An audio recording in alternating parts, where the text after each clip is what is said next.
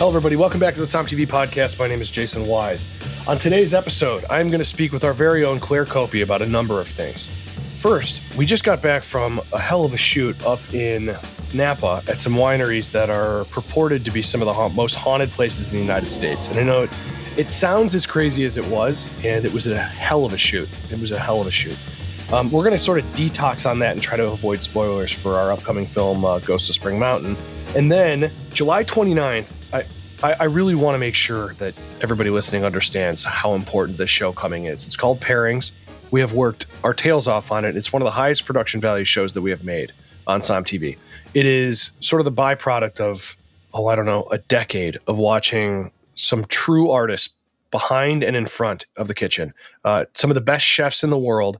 And what we have done is we have taken our favorite and what I think are the best restaurants in the world, and we've created a show that shows kind of where perfection for these restaurants lies between food and beverage. And the premiere episode is going to be SingleThread Restaurant, a 3-star Michelin restaurant up in Healdsburg, that I think the experience is just incredible. So Claire, who was the beverage and wine and beverage director at an acclaimed restaurant called Sushi Note before she came to SOMM TV in Los Angeles, was in charge of these types of long-form pairing menus that are very hard and arduous to come up with. And so we're going to talk about the concept of that in spirit of the show Pairings coming July 29th on SOMM TV.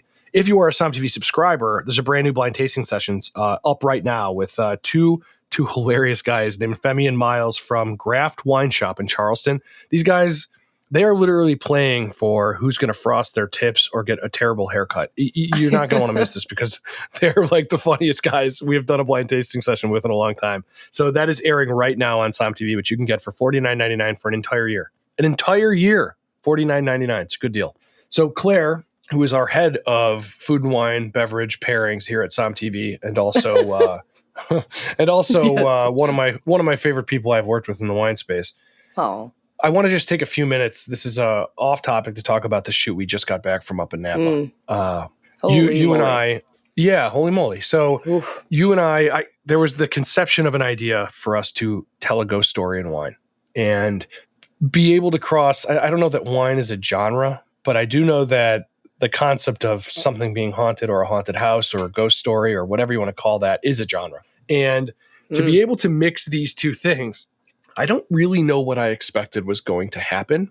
And I want to tell the audience here something did happen. How do we start this? Have a quick conversation without spoiling the upcoming film, which we're still finishing the shoots for. And if you're a SOMM TV subscriber, you will know when we launch the screenings of this, hopefully close to Halloween. It will be a priority to SOMM TV subscribers because this is not going to be one you're going to want to miss. And so how do we talk about what we did without spoiling what happened? Well, by being as vague as possible, teasing it out. Well, by just saying like something happened. It did. I would say several things happened. And I wasn't really expecting, even though I do believe in these things, I wasn't expecting really much to happen. So when it was, my mind was kind of blown. And it was emotional when these things were happening as well, especially for people like Shakira, who came in incredibly skeptical and like, oh, this is a bunch of BS, like nothing's going to happen. And stuff happened, people. Happened. Well, the other interesting thing is if you watch movies, and I there's almost no type of movie I like more than things that can make you jump. Scary, bump in the night. I like horror films, but I have to define what that means because I think people just think that means bloody and gory, and I don't. I don't like that. Yeah, I mean, there's a lot of those that I do like, but the films in the genre I like the most are what I would call sort of like mind F type movies, like Rosemary's Baby and The Shining, and there's movies like Paranormal Activity, which as gimmicky as they are, they're a lot of fun, and I like those ones. The Omen, things where it's like things are building. The Conjuring. We talked about The Conjuring and how much we like that because it's. I've seen that movie so many times and I'm terrified every time. Love The Conjuring. Love The Conjuring. It's a well done film. So, and this does relate back to wine and. Trying to do a documentary or a real story that takes place in that world is it's not just challenging, it's probably a folly to even try to do it. And so, but regardless, we forged ahead. It's really hard because I love hearing you say that after we did this. But how do you try to present something that is real, but also something happens. There's no screenplay here. So Claire and I spent, we were with Megan Zobek, and if you've seen Sparklers, you know her, or many other things. She's been on this podcast herself. And Shakira Jones, who hosts her own podcast on this network, Glass for Every Palate, and also does Weekly Wine.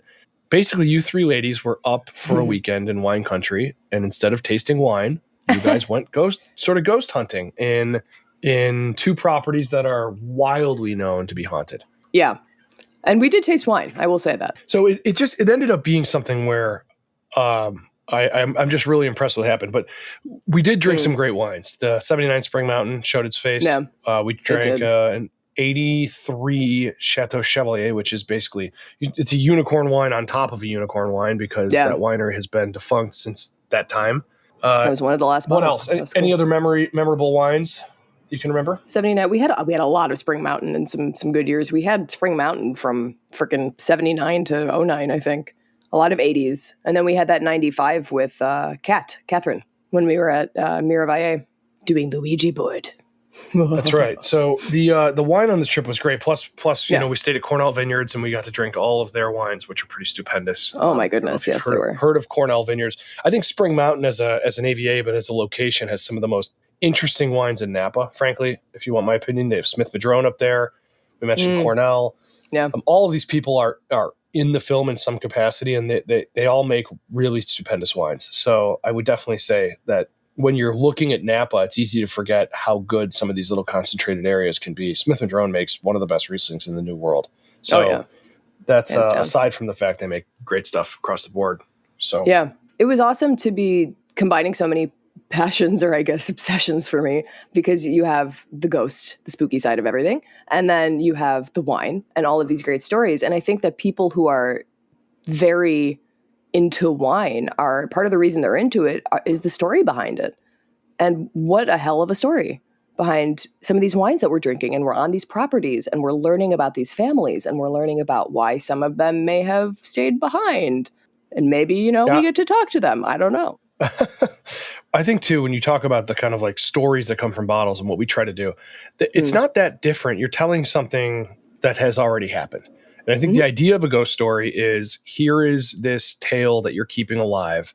And that's not much different in opening a wine or telling a story of when you visited something. Or, you know, to me, if you're going to tell a story about a wine that was made 20 years ago, you're basically telling a ghost story in some capacity. Though, that's a great way of looking at it. You get to talk to that ghost one more time when you drink the wine. But, you know, in this case, it's sort of, you couldn't be more right in that both of these sort of paralleled each other as far as passions go. And it was cool. You know, I would say I've never seen a wine movie like this. So just that's for sure to talk about. That's coming up. So now on to pairings. So really fast, I just want to give kind of a background on this show. So we started filming this pre-pandemic. This was a very challenging show to shoot for a number of reasons, but one of the problems was they shut down restaurants for a very large portion of when we were trying to do this. And the idea for it, which was essentially, what are our favorite restaurants? Who's doing it right? But then on top of that, who has the actual story ability if we were going to actually try to tell their story and do it through wine and food? I mean, you see shows like Chef's Table, and those have evolved from look at how beautiful food is to a much more social issue type show. And there never was anything, in my opinion, that took a look at the full chemistry of making food with the personal story of the chef, with the location, with the challenges of doing it. And in some cases, how do you keep up a reputation? And so we basically decided, or, you know, hoped that we could start this series with an important restaurant. And I think the concept of the Michelin star rating, there's a lot of opinions around it. I think most people in my shoes find 1-star Michelin restaurants to be way more interesting because they're fighting, they're trying to get better, but they're also like, you know, you're not going to get kicked out if you don't wear a jacket or something. You know, it's like there's an unpretension, I guess is what I'm trying to say. But some of the 3-star Michelin restaurants, I mean, all are worth trying, don't get me wrong, but some of the 3-star Michelin restaurants really are something of a monument. And SingleThread Restaurant, which is the premiere episode on July 29th of Pairings, with Kyle Connaughton and his wife, that run, I just think, They run a restaurant that is unlike anything else. And it has this visual artistry that is not your typical gastro. I'm trying to think of like the molecular gastro stuff that you see at all of these 3-star Michelin things. This is like bread of the earth. They use a lot of like landscaping in their dishes. You know, it's an incredible thing where you almost look like it's like you're eating off the forest floor. And I know that doesn't sound appetizing, but what they do truly is beautiful. Sounds cool. It's incredible. And so, but they also have a lot of pressure on them. They're 3 stars Michelin.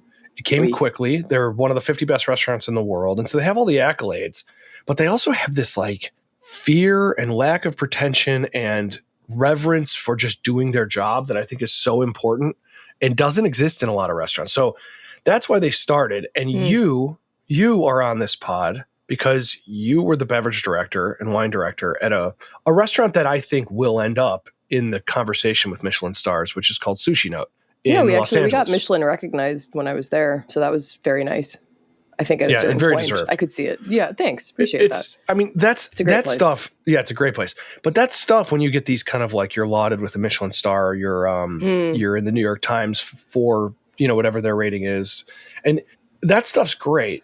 But it's also, I think, what really, really, really helps is word of mouth, and that's why we created the show, is to say, these aren't just people who are doing gimmicky stuff like, everything you eat was killed an hour ago, or everything, is made by only, people who have just shaved their head in the back of the kitchen. And like, this is basically this is a place that has thought everything through.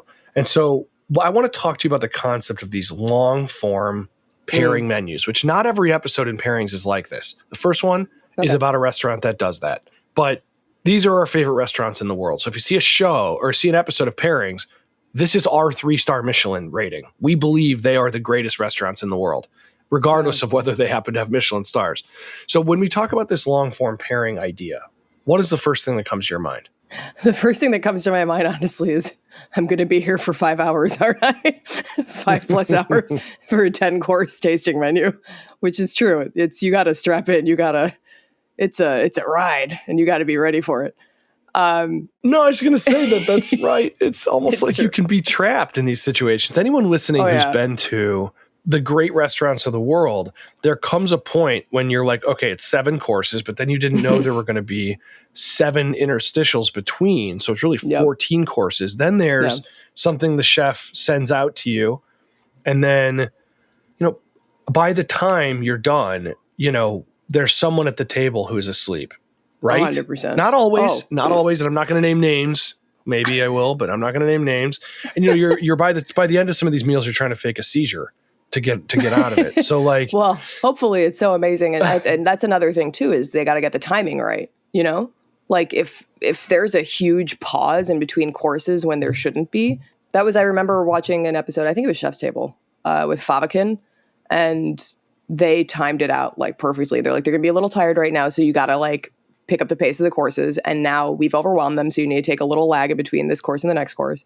So you need to be thoughtful about timing on that, because this is it is a ride. These things, sometimes it's really hard. And I know a lot of SOMMs and people in the restaurant industry that don't do them anymore. When they go to a restaurant, they're like, I don't want to be here for 2 hours, maybe 3, and go. Because it's such a long process. So that's the interesting thing. I find that a lot of these restaurants feel like they have to over justify the existence of this meal because of A, price, or B, the reverence they have gotten. Yeah. But do they really, the great ones that do this don't do that. They don't make it a thing where you're trapped. They make it a thing where it's sort of the food itself, the wine you're going to get is balanced with the time you're there. It's almost like, I don't think it's any different than going to see a movie and this was too long, and you don't know why, you don't know what you would cut out, but it was 27 minutes too long. And you're just like, I just wish if it was 27 minutes shorter. It's a feeling thing. And, 100%. I don't want to call out any by name, but if you're listening to this and you've been to a long form pairing menu, you either had one of two experiences. One, you were like, when does this end? I'm so full. oh my God, I'm going to go throw myself into a lake, or Oh, yeah. this is wonderful and incredible, and I can't wait to tell everyone I know that they were able to do this wild thing where I cracked open a pine cone and a small man came out of it and he handed me a cherry, but then the cherry broke open and there was a snake in it and it sang happy birthday. And you're like, how'd they do it? So where did you go? Oh, it was really amazing. It was this Jewish deli in New York. I'll tell you about it later. But they hand you a pill when you walk in, and I don't know what happened after that. That's right. That's absolutely right. So when you were creating your menus at Sushi Note, what were the harder things to do? Because I know you guys did two versions of this, and many places have different versions of their pairing type menu, a full one and a smaller one. What were the biggest challenges? And obviously you were serving Japanese food, sushi in particular. Yeah, so I think that's one of the biggest hurdles, is getting the guest to open up their mind enough. Unfortunately, this really wasn't that much of a problem. We were very lucky that a lot of our guests were very open and receptive and adventurous to all of this. But yeah, getting guests to change their mind that sushi, or that Japanese food, but particularly sushi and wine, actually belong together. There was always such there seems to be a stigma with it that it can only be beer and sake, and there's just such a variety. This sounds cliche. There's so many fish in the sea, but there's such a variety of flavors and textures of all of these different fish and all the different dressings you can put on them. And so why wouldn't you then want to tap into this world of wine where you have so many different options and so many different varieties that you don't, frankly, and maybe some people will freak out about this, but with sake, there is a huge variety and a huge range, but it's all, being produced in the same relatively small area, the country of Japan. And it doesn't have, for me, quite as much variety as wine does. And same thing with beer. Do I love a good beer when I'm having some sushi? Absolutely. But it was really fun beer is pretty good with sushi. Oh, absolutely. But then when you have a sushi chef like Saito-san at Sushi Note, who is a master of their craft, and this guy is getting the best fish that you will ever put in your mouth. And I stand by that. And I've been to some other excellent sushi places that are perhaps a little more famous, especially here in LA. That man, he's very respected at the fish markets. He gets the good stuff, So you're getting this beautiful piece of fish. Why wouldn't you want to pair that with a beautiful wine? Well, yeah, of course. But the question really comes down to, so they've nailed the ingredients. Mm-hmm. I mean, it's sort of at that point, Rusty, who is the sommelier over at SingleThread, and he's great in this episode coming up, but he basically says it's like my job to fuck it all up, because, and there are some situations where I know that a sommelier will definitely ask a chef. This happens at Le Bernardin all the time. I've talked to Aldo Sam about it, where he's asked the chef to please, can you change the sauce? Or it's just too salty. And the chef's like, it's not too salty. It's perfect. And he's like, no. It's not perfect because I want to try to do this red wine. I want to do this. And the salt is sort of setting it off. And this is the kind of stuff I mean, where it's so interesting. And I'm a firm believer that you can throw away 90% of food and wine pairings as rules. I really do. I think for the most part, you want to drink a hamburger with all the toppings and just have Chardonnay or whatever, do it. Have rosé. It doesn't matter. I mean, is it going to be perfect? No. Is it going to be great? Sure. So but there is the 10% area where when you have it, it melts in your mouth and your toes curl and you're like, how? Why? What happened? It's like the molecules needed each other. It's hard to hit that sweet spot too. I think the worst thing for me was, because I'd be curious about trying something like a little offbeat with a certain fish, and I would try something and it would just wildly not work, or it would. But the worst thing was when you would try something that you're like, this is gonna be amazing, this is gonna be fire, and then you taste it and you're like, yeah, that's good, it's fine, which is the majority of pairings, I think, and they're perfectly fine. But when you're having that experience, you want the toe curling thing. And it's hard to hit that sometimes. It's very hard to hit that sweet spot with a pairing. I think most pairings are perfectly serviceable. And so that was always the challenge. So yeah, sometimes you want to fuck it up and you want to get a little wonky and crazy with it, because that's when you find the really cool stuff, That's one of the really interesting things when you go to, Like our second episode takes place at a restaurant called Rimessa Roscioli, which is in Rome. And it's a very unpretentious, I would call it borderline a wine bar, even though I wonder how they would define themselves. I mean, the wines they pour are incredible. They have this very interesting young staff of sommeliers, virtually all women. And it's weird because they're all sort of like, they're not natural wine, but they pour some. They're not. I was going to ask, are they pouring exclusively Italian? No. Or no? No. Okay. Nope, not just Italian. In fact, they have a whole lot of old Napa. They've got a ton of old France. They've got a lot of Champagne. They've got a lot of bubbles. They have, of course, lots of what I would put in the category of obscure Italian wine, but it's really not obscure. But here you'd be like, they only grow that grape in this bottom left corner of Sicily and only on this one slope. But in Italy, that's like they're just used to that kind of stuff, or at least people who are in wine are. So it's not obscure to them. But what's interesting about that place is all the ingredients are so simple. I mean, in this episode, they make perfect cacio e pepe, which is 3 ingredients. I mean, cacio e pepe is like, what is it? Pasta and it's pepper pasta, and butter, cheese, and pepper, basically. Yeah, there's really not much to fat, it. And pepper. And then so pairing a wine perfectly with that, it's a really fascinating process. But also they are famous. Their sister property is one of the most famous delis, meats and cheeses in the world. And so they have some of the best dry aged meats and cheeses that exist. And so doing that as well is kind of an incredible experience. So it's just interesting to watch the differences in the way people approach this stuff. And I really do think that overthinking a pairing like this is why it goes wrong. And a lot of times. It doesn't mean adventurous because, well, yeah. I mean, I think if you're trying hard to meld either a wine to a dish or a dish to a wine, you fuck it up. But if you can find like how they were like the Shel Silverstein Missing Piece poem from each other. Oh, that's so cute, Jason.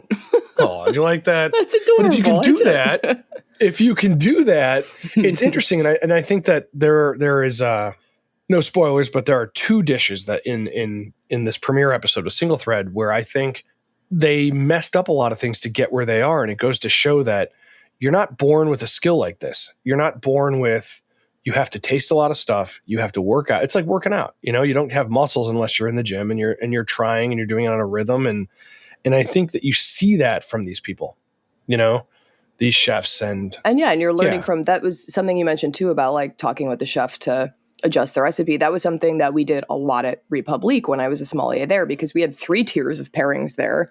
So that was fun. But talking to chef, and he was very receptive, by the way, which I really appreciated. We rarely used artichokes. Artichokes are one of those ingredients that just make a lot of wines taste icky, especially red wines. But yes, communicating with your chef and the chef understanding that with a pairing especially, but in general, that the wine is almost, just as important as the food. And if those 2 don't, have this harmonious dance together, it can destroy both things. So there are some restaurants where chefs are not as communicative with the wine team, and they are a little more pig-headed about their dishes, which I understand. I could never make that. But you gotta be on the same wavelength with your kitchen in order to make a pairing very successful as well. Well, it's also fun to talk to you about this because, I would assume people listening to this, or at least know of sparklers, but they should be SOMM TV subscribers. And, you were very important in that, and you had to do this professionally, or at least on camera, which is really hard. Yeah. So, I mean, sparklers was designed because I really don't think we have reached a limit on how to pull stories out of pairing food and wine. Sometimes those things are social. Sometimes they're fun, like sparklers. Sometimes they are precise and scientific and interesting, the way pairings is. But I also think there are other ways to do it. I think that when you get into, like, for instance, studying, you look back at SOMM 1, that film, and you think like, okay, this was about these guys doing this and this exam and the master sommelier thing and blah, blah, blah. But really, there is a competitiveness too to pairing wine and food. And that doesn't necessarily mean in a negative way, but I like the idea of, and Sparklers had that, but Sparklers was less about a competitive in that regard than a competition with you guys and each other. And when you start thinking about all of the ways that you can tell stories and all of the ways you can experience, it all goes into one big bucket, which is wine, food, whether it's sake or beer, but wine and food, these things need each other desperately. And those two things need people. So when you mix the three of those, you get something kind of profound, which is why we do this, why you do this, why I do this. And it breaks down to pairing wine and food, which is weird. Now, I don't want to get trapped in a 7-hour pairing menu bonanza. Right. Ever again.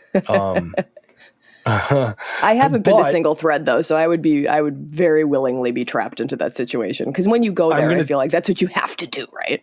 Yeah, I'm going to tell you it's worth it. SingleThread is one of those ones that there's a few that it's extraordinary. You talk about how important ingredients are. I think this is where I would want to end our conversation here, is that just it doesn't exist without it. That's why a lot of these restaurants have their own farms. They want to be able to control the soil to the plate, and it's not the cliche farm to table BS, which is just means nothing in my opinion any longer. But it's so that they can control what the quality of ingredient is, and they can make it. They know when this flower is blooming, and they can manipulate when this celery is ready, and they can do these things. And so you see that at the great restaurants, they have their own farm. There's a deeper connection with that food and deeper love, and that really does translate onto the plate. It does. Without a question. So I would say for everybody listening, do not forget that July 29th, we have this new show, Pairings, coming. It's a labor of deep love and science, and we hope you all enjoy it so much because it was a lot of fun to make. The other thing I would say is blind tasting sessions are dropping weekly right now on SOMM TV. Also, Drink a Bottle episodes. We are really firing up the content, so we really appreciate the responses we're getting from everybody on all of that stuff. If you don't have SOMM TV, make sure you go to sommtv.com for $49.99 for an entire year. And please, wherever you listen to this podcast, leave us a great review. Give us a good rating. It matters tremendously to us. So whether that's Spotify or Apple Podcasts or wherever you listen to this, please review it nicely. And we will see you soon. Claire, thanks for being on. Thank you, Jason. All right. This episode was produced by Nadine Netman, as always, and mixed by John Adams. And we are so honored to have you guys here. Please be safe. Bye-bye.